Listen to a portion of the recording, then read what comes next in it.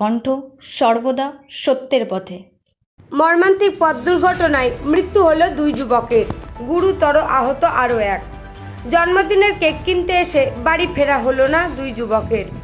বুধবার সন্ধ্যায় রামপুরহাট ঢোকার আগেই গরুর হাটের সামনেই রানীগঞ্জ মোড়গ্রাম 14 নম্বর জাতীয় সড়কের উপর মর্মান্তিক পথ দুর্ঘটনায় মৃত্যু হয় 2 যুবকের। পুলিশ সূত্রে জানা যায়, নলহাটি থেকে রামপুরহাট মুখে যাচ্ছিল মোটর বাইকে থাকা 3 যুবক। তারা দাঁড়িয়ে থাকা ট্রাক্টরে গিয়ে ধাক্কা মারে। আহত হয় আরও একজন, রামপুরহাট হাসপাতালে চিকিৎসাধীন। মৃত 2 যুবক হলেন অচিন্ত মণ্ডল, সীমন্ত মণ্ডল। গুরুতর আহত প্রসেন লেট। এদের প্রত্যেকের বাড়ি নলহাটি থানার শ্রীরামপুর গ্রামে।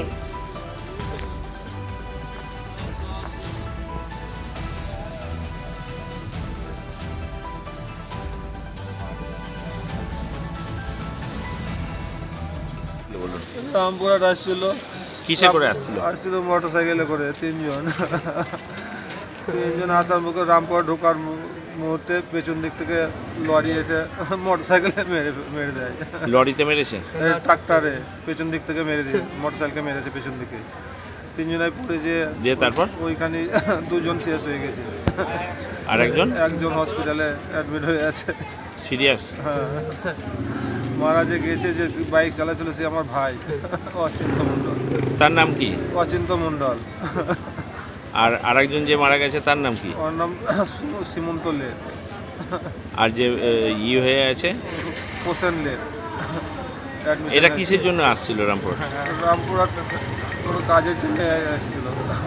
ও, বলে নিয়ে আমাকে জামটি বাগানের দোকানে, আমার দোকান আছে জামটি বাগানে, আমাকে দেখা করে। আজকে দেখাও করেনি, বেরিয়ে চলে এসেছে। তাহলে বাড়ি কোথায়?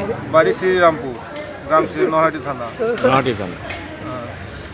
যে রামপুরহাটে এসেছিল, নিয়ে আসার পথেই অ্যাক্সিডেন্টটা হয়েছে। হ্যাঁ, দিয়ে এখন কোথায় নিয়ে গেল তাদের? এখন পোস্টমর্টমের ঘরে ভরলো। ব্যুরো রিপোর্ট, বীরভূমের কণ্ঠ।